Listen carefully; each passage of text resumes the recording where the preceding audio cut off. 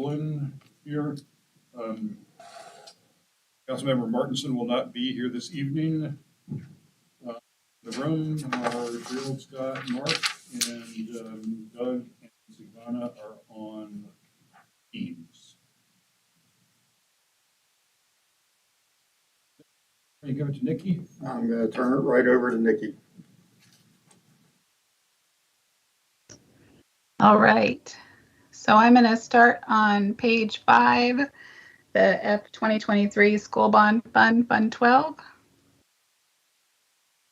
We have revenue transfer in from the general fund for $288,250. This is to cover the school bond payments.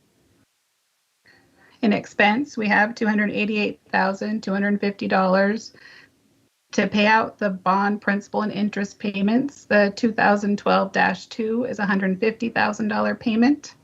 The 2015 1A is $89,125, and the 2015 1B is $49,125.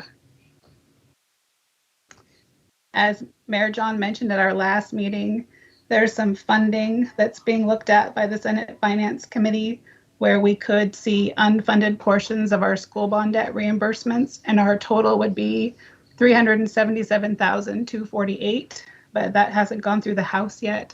So I'm not going to add it to the budget till we find out if it's really going to happen. Are there any questions?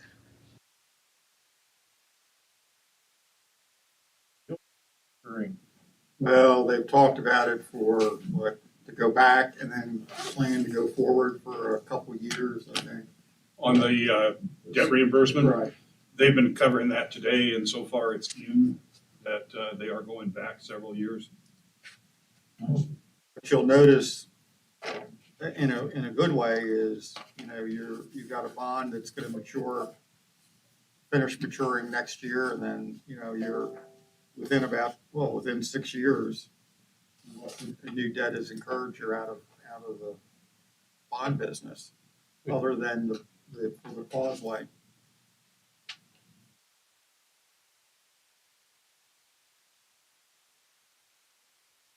So on page 6 is just a visual of the budget document for the school bond fund. You can see that transfer in of the $288,250. And on page 7 is the visual document for the bond payments, the principal and interest payments. It's pretty straightforward. And I'm going to move to page 9 for the F23 Special Revenue Fund, Fund 13. We are projecting $564,745 in revenue. This breaks down as follows. $3,300 in Milky interest earnings, and this is based on a 1% interest rate. $95,000 for E911 surcharge. $7,000 for PLA funding for the library through the Department of Education. $108,017 for a CARES Act grant for museums and libraries. This came through the Institute of Museum and Library Services. $10,000 as a placeholder for SART reimbursements. $200,000 as a placeholder for the NSCDC Community Benefit Share funding. $8,000 for the NSCDC Community Employment Program funding. We were awarded $12,788, and this began March 25th, 22, and will end December 31, 22. We have $1,250 as a placeholder for library travel grants. $40,110 as a carry forward on the 2020 State Homeland Security Grant. $68,549 as a placeholder for the remaining funds available on our MOA with the State of Alaska Department of Health and Social Services. And $23,519 as a transfer in. It's a cost share for the CARES Act grant for the museums grant mentioned above. On page 10 is just the visual budget document for the Special Revenue Fund. Again, and that equals $564,745.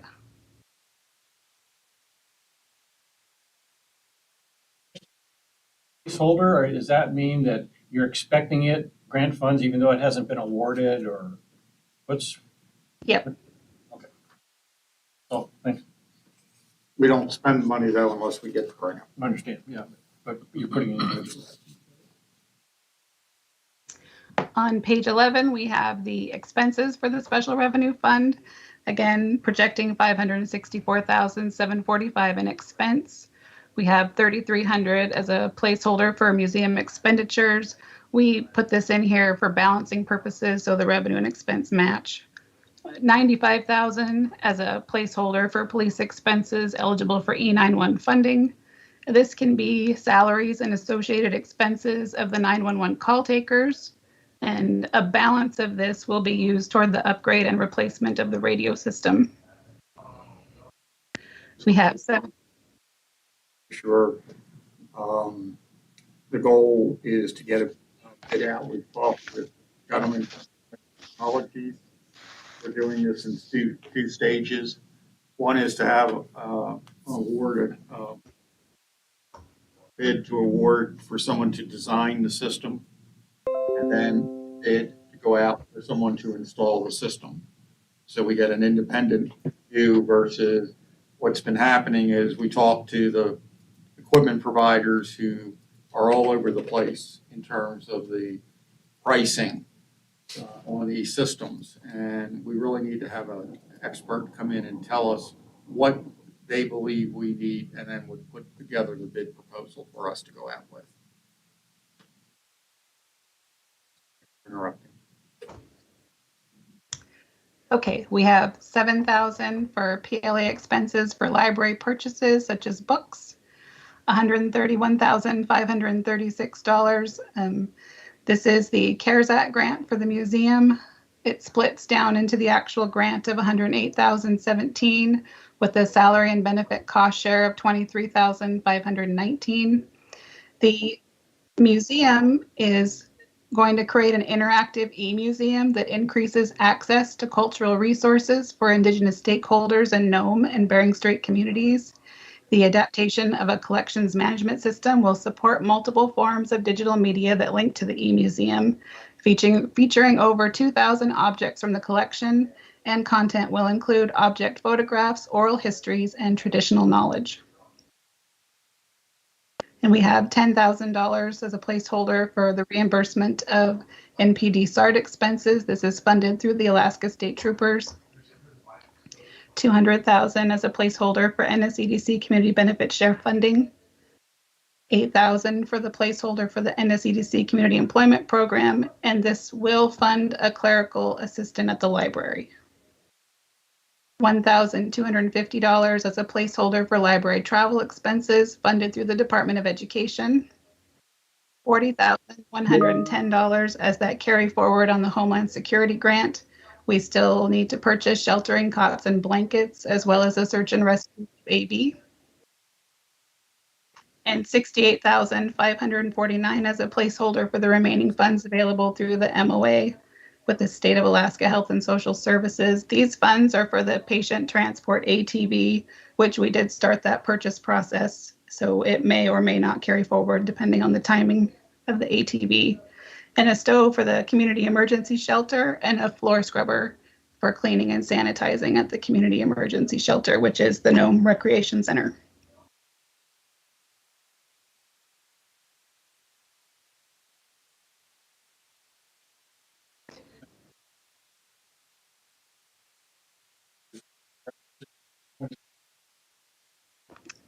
Left over, carried over, is that just notes indicating what we spent it on, or? So NSCDC gives us normally about 200,000 in funding each year, but we don't get those funds until we finish paying off any prior years.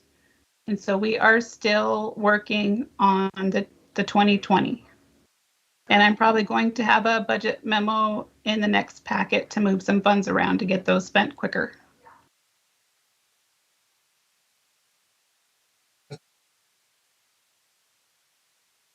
It's a drone. Yeah.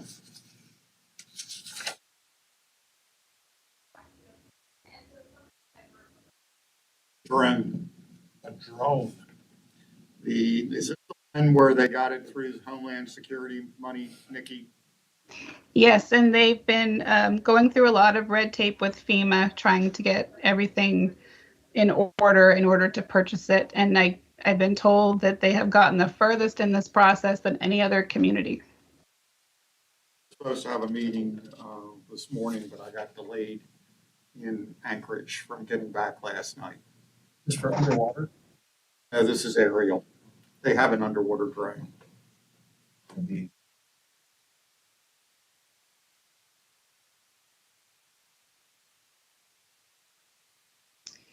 So on page 12 is just a visual of the expense side of the special revenue fund for the budget document that we just went through. You can see a subtotal there of 496,096 for our normal accounts. Then they start to break down by some specialty accounts. We don't have any FEMA funding for F23. So if you go to page 13, you'll see we also had the CARES money, which we don't have any funding for in F23 either. But toward the bottom, we do have funds in the MOA for the state of Alaska, which is at 68,549.87. And on page 14 is where we did have the ARPA funds, but those are moved to capital projects. So again, total expense of 564,745. Any other questions?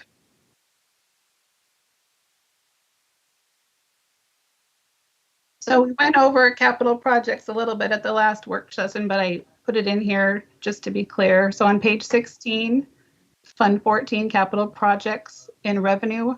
It should be about $1,129,704. That breaks down in $50,000 from the Nome community for road maintenance and dust control. $59,184 as an estimated reimbursement from Nome Public Schools for the 18-plex engineering. $20,000 as an estimate for sale of vehicles. $104,923, which will be ARPA funds for the rec center heat and ventilation upgrades, and this is the design services contract. $25,000 as a contribution from the Senior Citizen Center for the fire alarm upgrades. $52,500 as a transfer in, assigning 30% of the general fund ambulance net revenue towards saving for a new ambulance. $155,000 as a transfer in from the vehicle replacement fund, and $663,097 as a transfer in from the general fund to cover capital purchases. Any questions on the revenue? On page 17 for the expense side of capital projects, again, it's $1,129,704, and it breaks down as $50,000 for the Nome Eskimo community funding on the road maintenance and dust control, $59,684 as estimated expense for the 18-plex engineering, plus there's $500 for the utilities in there. $230,000 for the vehicle replacement program. We're looking at purchasing one expedition, one transit van, one cargo van, and one F-150 truck. $52,500 for the money we're saving for the new ambulance. This is just a placeholder to keep this fund in balance. $65,000 for the purchase of a new or used hose truck for the fire department. This is being rolled forward from F-22. They're still looking. $104,923 for the rec center heat and ventilation project design services. $74,597 for City Hall heat and ventilation project design services.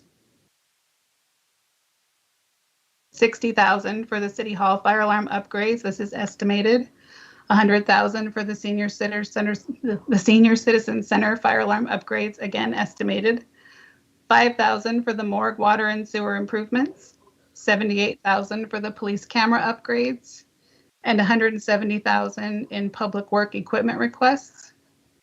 And those are an icebreaker attachment for $70,000, a landfill bucket for the 966F for $70,000, or a boom lift for $100,000. And last is the $80,000 lease purchase program payment to purchase a Cat 160M grader. The state contract pricing is about $319,000 plus freight. Are there any questions? think I heard an or in there. And So we're providing the 170,000 on the equipment requests and asking Public Works to make the choice that is most needed. Is the way it's been described. It's very much needed. The other two, there's an argument we could use the icebreaker, but there's also another strong argument we could use the landfill GP bucket. So what's going to happen is you'll probably see one of these three come back in next year's budget.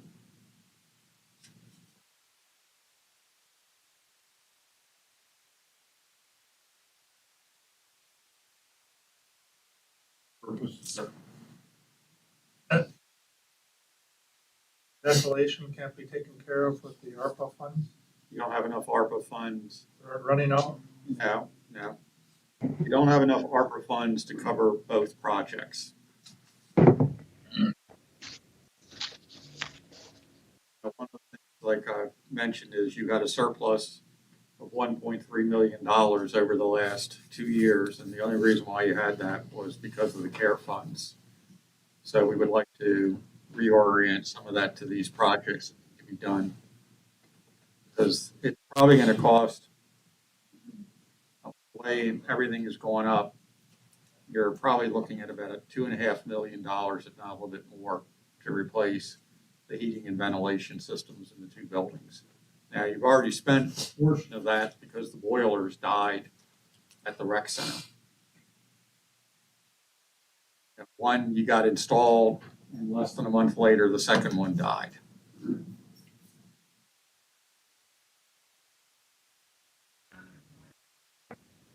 The rec center is a very eligible project for the ARPA funds.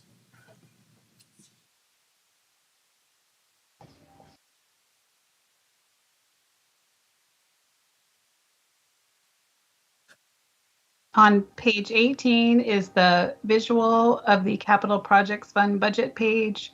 You can see total revenue at the 1.1 million and down at the bottom, total expense of the 1.1 million. On page 20, we have the F23 school renovation and repair fund 15 in revenue, 1,910,715. This is reimbursed through Nome Public Schools for the junior senior high school roof repair and replacement project. It's also being rolled forward from F22. And the expense, 72,398, is estimated expense for engineering, and 1,838,317 is estimated construction work for the roof repair and replacement project. This project was recently rebid, and they received one bid that's still over budget. They're planning to meet with the bidder to see what they might be able to get done within the allocated budget from the state, and they're also waiting to see if more funding might come through the legislature. Legislature has apparently $100 million in the school. I don't remember what Jamie told us, how far down they needed to come. We had how far they needed to go up. They were, I think one of these projects was either in 10th or 14th place. But it had slowly moved up. Like what happens typically, and this is a project that I would hope they would cover, is usually they have a catastrophic roof problems and they have to find the money to fix the roofs of some of these smaller schools. So, Well, they didn't seem like they were going to deviate from the list. From everything I heard today, the 100 million seems to be the number that's. they will be well within that. Right. They've got other projects, and I don't remember where some of these projects are where they can get reimbursed. I know they're working on a control system for their heating and electrical system.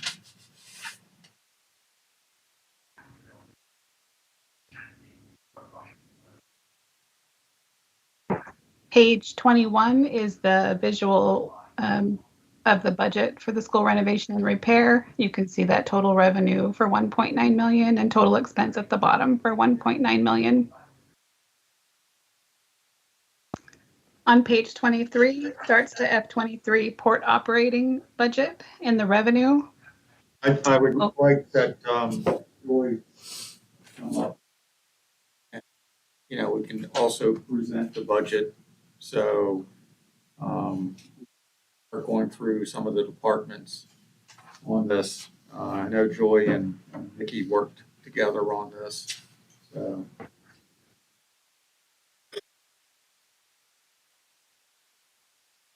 Press table, I just, you know, Nikki, any questions? Sounds to me, maybe her thing.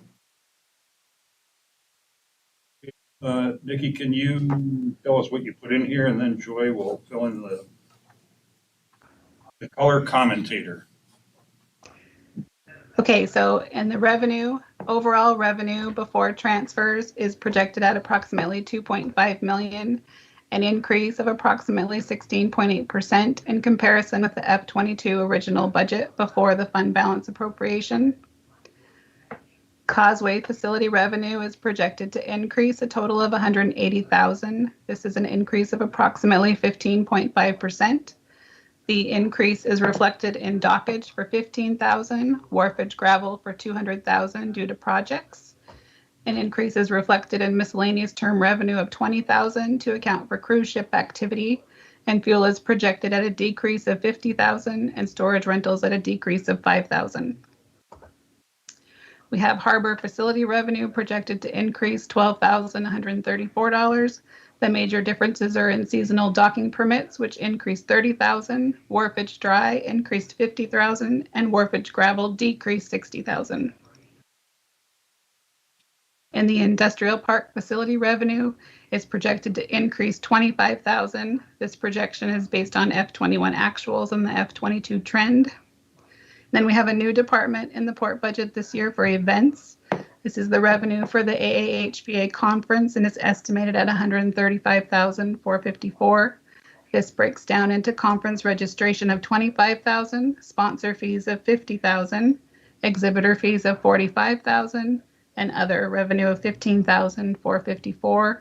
And this budget has a fund balance appropriation of $998,847. Are there questions about the revenue? I guess the first thing is cruise ship services that comes up here. This is all based on the lower cruise ship numbers. Yes. Taking that out of there already.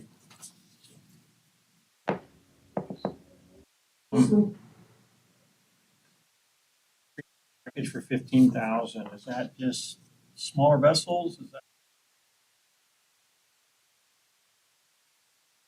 It's Causeway, yes. It's just, I'm just looking at the note, Oh. sorry.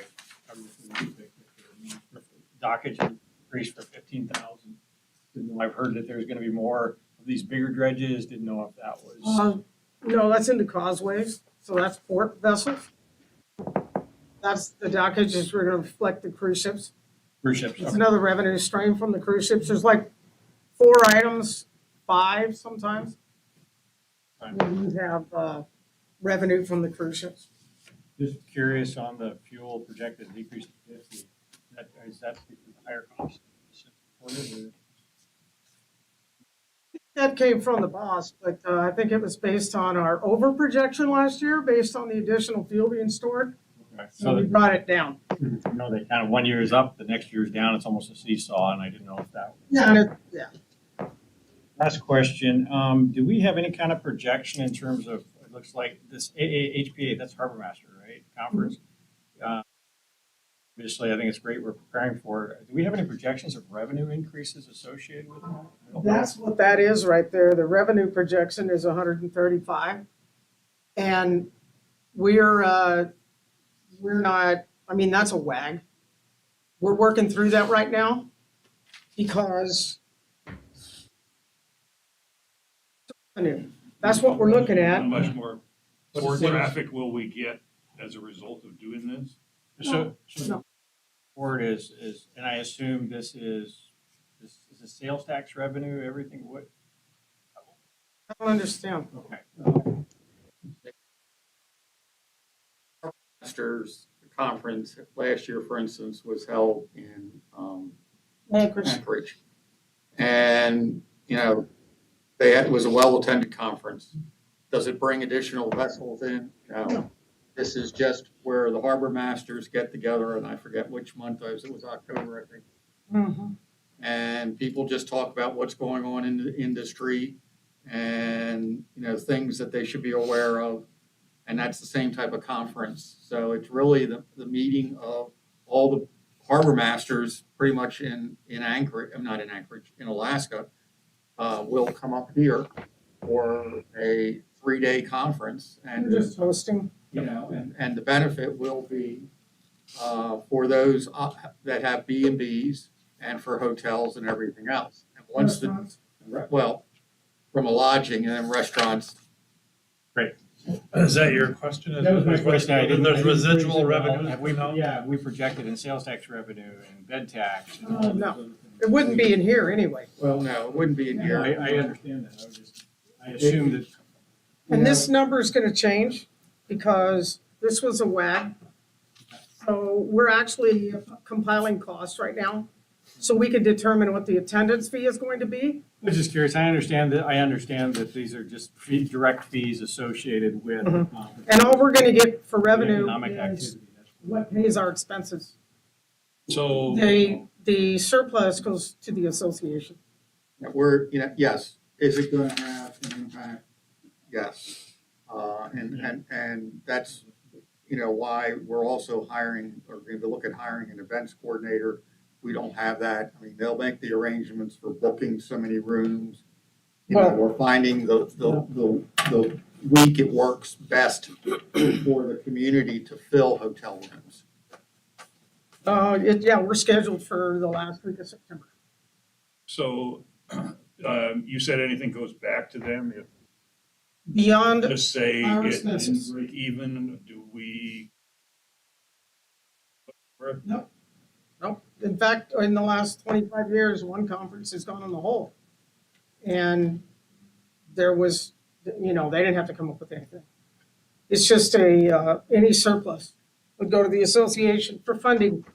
The association, they do scholarships and stuff, so that's all. But that's after we pay, and this number here does not include the advance coordinator. We were just talking to one today. We expect to talk to another one tomorrow, see who's got the best rate, the best references. Get things roll. But in the meantime, we're blocking rooms and we're highlighting the catering needs for the food provider. How many people to town? Well, this thing draws like 100 people outside, so I'm thinking 65 to 80 to know. Because there'll be probably some small ports that can't afford the hotel or the air. Some of those small places like down in Yakutat and in Cove, and that's like. Well, it seemed like at this last deal, people, when it was, we're going to Nome, that everybody was like. Yeah, that's, really yeah. forward to it.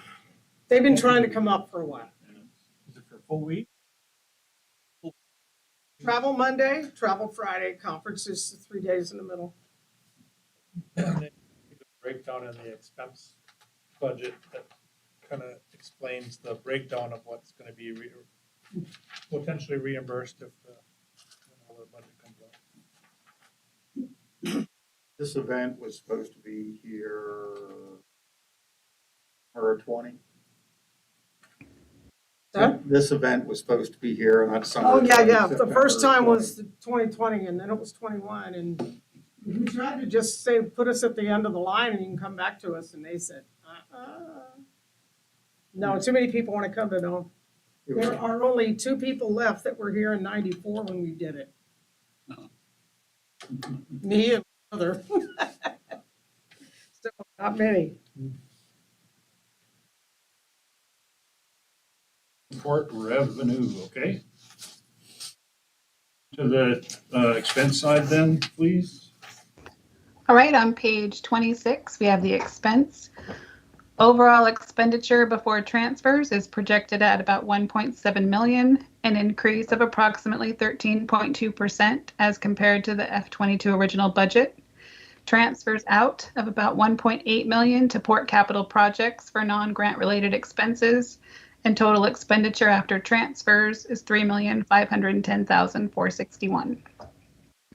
Causeway facility expense is projected at 423,308, a decrease of 22,591 compared to the F22 original budget. There are small decreases in labor and benefits, decrease of 8,500 on the fuel line maintenance, a decrease of 7,000 in utilities resale, and a decrease of 5,000 on the NOAA debt interest payment. In the harbor facility expense, projected at 159,789, a decrease of approximately 7,742. There's an increase in boat maintenance for $1,000, and then a decrease in professional services of 5,000, a decrease in utilities for sewer for 500, and garbage for 2,500. In the industrial park facility expense, projected at 156,859, an increase of 16,130.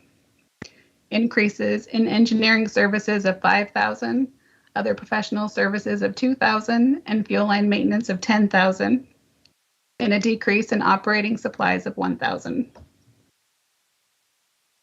In port administration expense, projected at 822,087. This is an increase of approximately 77,487. In salary and benefits, we have some cost shares happening. There's a 20% cost share with the finance staff, and this breaks down and goes 35% to Causeway and 65% to admin. And there's a 12% cost share for IT. Salary and benefits have increased 67,237. There is one new position, a purchasing manager shared with Public Works. Professional services increased 15,000. Building and land rental increased 3,000. Resale supplies increased 7,000. Building materials increased 4,500 for the harbor office ceiling repair. Legal services decreased 10,000. Advertising decreased 1,500, and vehicle maintenance decreased 1,500. Janitorial decreased 8,750. On page, Sorry, is that purchasing manager position, is that a seasonal or is that full-time? Full-time. Time in terms of portion of it is going to be shared in the budget between the port and Public Works. Tasks beyond purchasing, so don't be Yeah. misled. There's going to be Accounting some position. Is that right? accounting to help. I'm not disputing, I think it's like. No, I'm just laying it out there, because that label, that position title is kind of misleading. Where's the professional services increase? Professional service, with one. I was just looking in the breakdown of the budget on the breakdown part, just curious where that was coming from, the increase it said.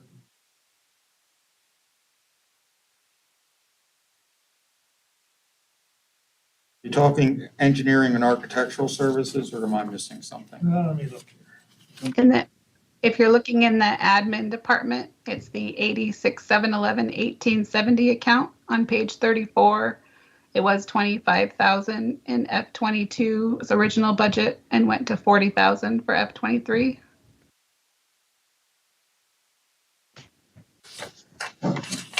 Okay, so it's mainly, mainly IT, but those other things that are mentioned on there? Are they- Yes.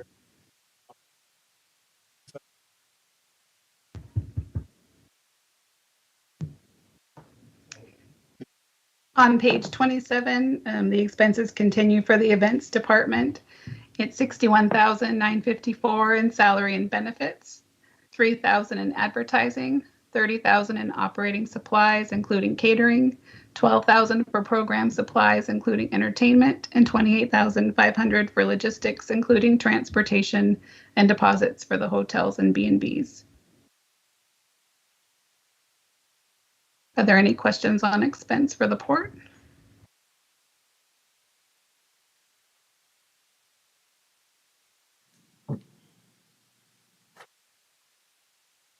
I am going to go to page 36 for the Port Capital Projects, Fund 85. In revenue, we have overall revenue projected at $2,160,000. $350,000 is grant funds from the state for the Arctic Deep Draft Project. We have $1.8 million transferred in from port operating to cover the following. Local service facilities at approximately $1.4 million. Port waste reception facility at $5,000. Cost share for DOT at $168,612. Replacement of HML fixtures for $78,034, and Thornbush pad drainage improvements for $75,000.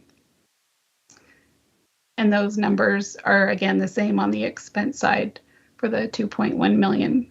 There any questions on the capital projects?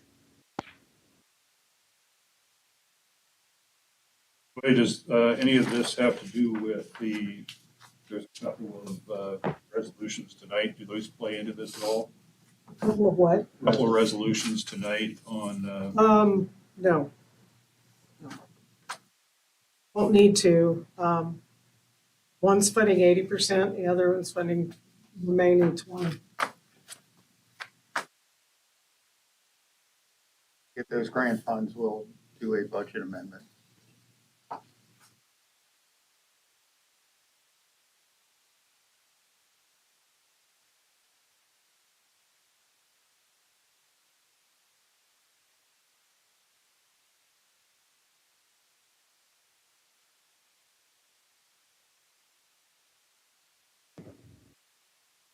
okay.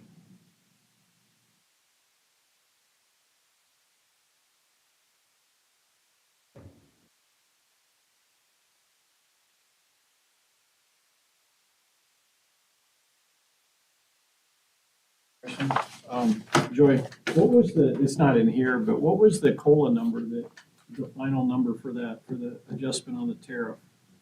Anybody remember what that was? Oh, the COLA was 2.66. And that's obviously reflecting.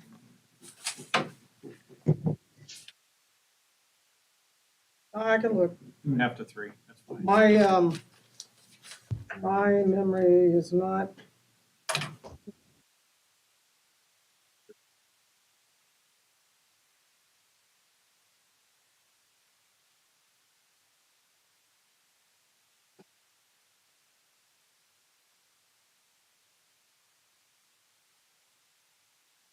Like that has not been updated in this. So, yeah, I'll look on my computer and then let you know. It's in the. Yeah, I can find it. 3-point range. That's fine.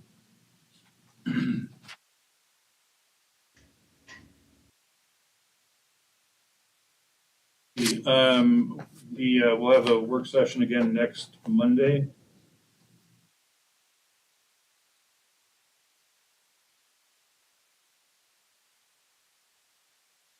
Are we coming back to the school appropriation again, or did we already decide? Well, you have to make a decision by the time your last council meeting in May, unless you have a special meeting after that, but they have budgeted for 3.15 million. I did have a conversation about what happens if you would get extra money from the state.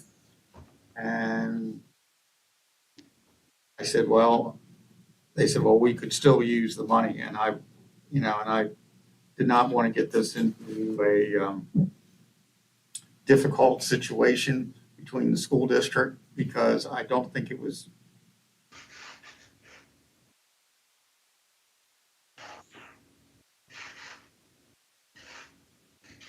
Yeah, well, I guess, It's just numbers. whether there's gonna be forward funding or additional funding, for the school, this stuff is still going crazy down there, so. And that's one of the problems, as you well know, Mayor, we hear that this is gonna happen, and frankly, I'm not accepting that until, May 30th, their closure date, then we'll know what's coming and what's not. And then we'll wait to see what the governor does. Next week is the end of, what is it, May I Tuesday, maybe? Session. Yeah, I think it's Tuesday. I know it was like, I've lost Tuesday or track. Wednesday. It very well could be, because I think when I was reading the article, I've lost track, it was probably May 14th or something in that period, because there was like 14 days for them to wrap up the budget. On the corner. Like Gerald probably recalls when the state was bushwashing away and school district was way down. What did- I think we did either 300 or 500,000. We went from 2.5 to 3 or 2.7 to 3. I can't remember. And the state came through anyway, but we already had our money over that way. Not that they can't use it, because of course they can use it. But, they're always, everything always use money. So, of due for their administrative staff, so I think obviously their union is going to be strongly arguing for administrative staff.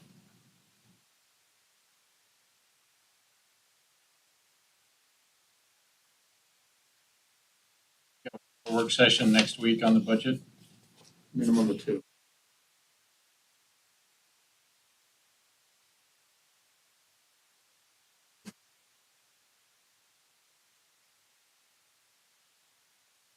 I assume we're gonna take a look at the main budget, general fund. Yeah, I mean, I did not think we were gonna finish this early, because we could have started on discussing the budget, and we can, it's, you got 35, 40 minutes left. We would start with the. We didn't announce it. We better. But I guess, just a question with regard to, again, the thing about the 170 versus 240.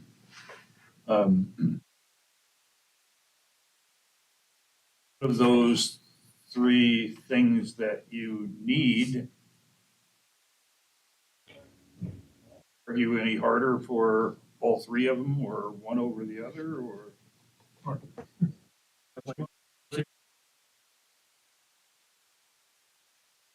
What I think would probably be the most ideal scenario would be get the ice.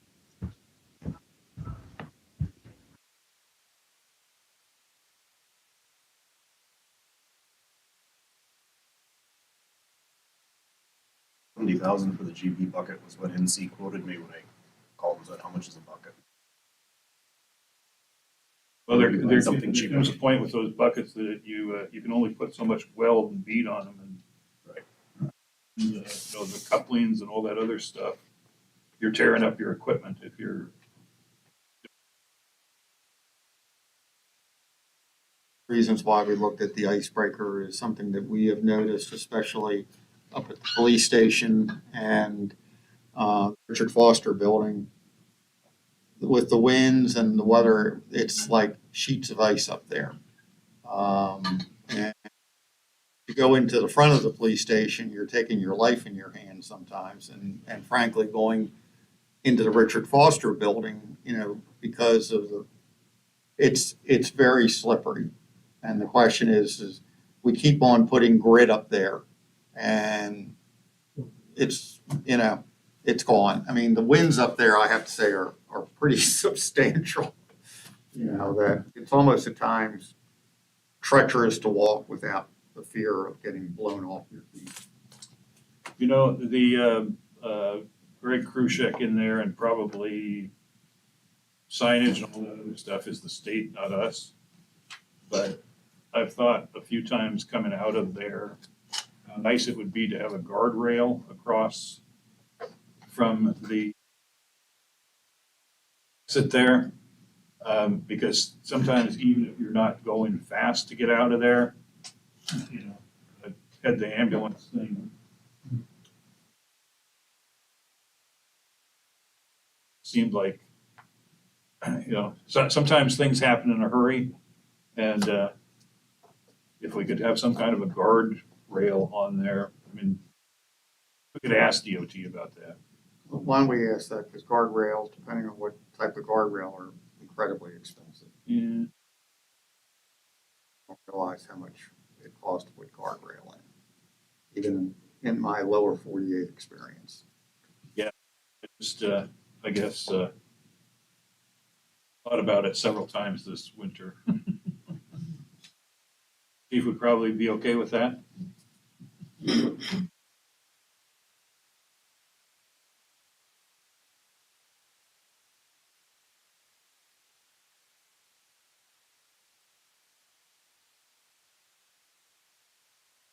Okay, we can't sit here and talk about these, housing incentive things that are on the agenda as a work session, but, in talking with Brian, if we put these on the agenda before having another work session, just like general agreement, what was there, so, after people have read through them, is there gonna be a reason that we need to a work session on these things again? Wasn't the idea we're gonna have first reading, then another work session? Well, that's the chicken before the egg. It's not usually how it works. Well, that's how it was agreed the last time when I was here. Okay. As I understand it, there was the consensus of the council to put it on the agenda and then have a work session afterwards and I would probably request that you schedule the work session not on the same day as your budget session. Because, which means you might have to meet 2 days next week. Right now, you're scheduled for the 16th. You introduce it, or you just hold off another week. But the idea was to get it out there, as I recall last time in this discussions, and Scott, correct me if I'm wrong, so we can get some movement on this. And, okay, do we have a problem or don't we want to move forward with this proposal? So when we have first reading, can we discuss it? Yeah. Yeah, I mean, so we can discuss it here, and then if we, and I guess, I don't know the process, but then we could have a work session after that if we really need it, or if we hammer out all the issues tonight, can't we just move to second reading? Well, we can, I mean, if it doesn't need one, but I guess if it's gonna be an hour and a half discussion tonight on, I get it. presenting it in first reading, then let's do it in the first. I'm trying to read the lawyer's jargon that we're. There's a lot of changes in there from when we had the talk, or at least things that I wasn't aware of, so it might be best, Jonathan, to just go ahead and schedule the work session, because I hear your point. And that's when I spoke with Brooks the other day. I said, I think you need to be here by phone and make sure everybody is comfortable so they understand. Because it has changed a little bit from our initial discussions. So I guess where I almost stopped reading was when it talked about dilapidated buildings, because They're on the list, it probably should be torn down. well, that, and then, I mean, I guess there had been discussion about renovating existing Right. deals, so I guess that's, There's- I haven't read through the whole thing. Yeah, I would agree with you that it probably, a work session, whether it's after this first reading or not, is definitely gonna be warranted. There's a lot of detail there. There's a difference between new development, dilapidated buildings. You do have abatements here. A building can still be considered dilapidated, but doesn't need to be abated. And That's to be considered for exemption. A lot of stuff there, I don't wanna get into it. the planning commission is gonna end up being involved in this too, for playing a certain type of role. Bringing, just like they play a role in the abatement process. Normal process, but the more time we have a chance to discuss, it's probably better. At least with a work session, we can plan ahead for the time needed, instead of trying to rush it in a regular meeting.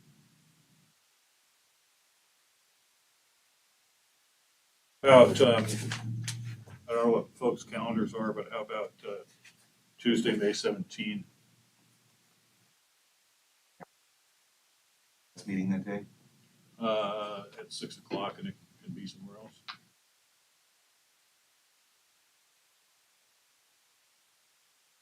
Participate in Not always. But, I'm fine with 17.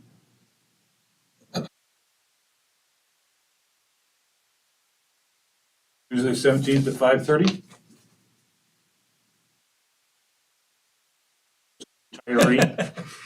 can you fit in your schedule, Daryl?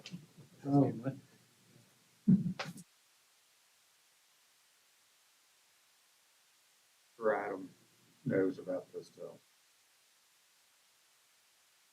Those are safe. Yeah, sorry, folks on the phone, I never even looked up there. Apologize. Says Thanks, Zig. Yeah, I don't think I had any problem with that, John.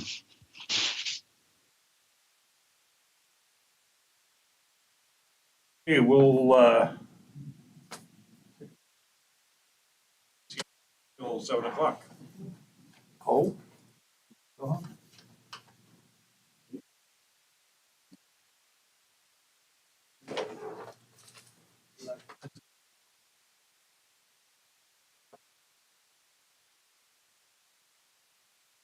There's get a cup of coffee. Long day.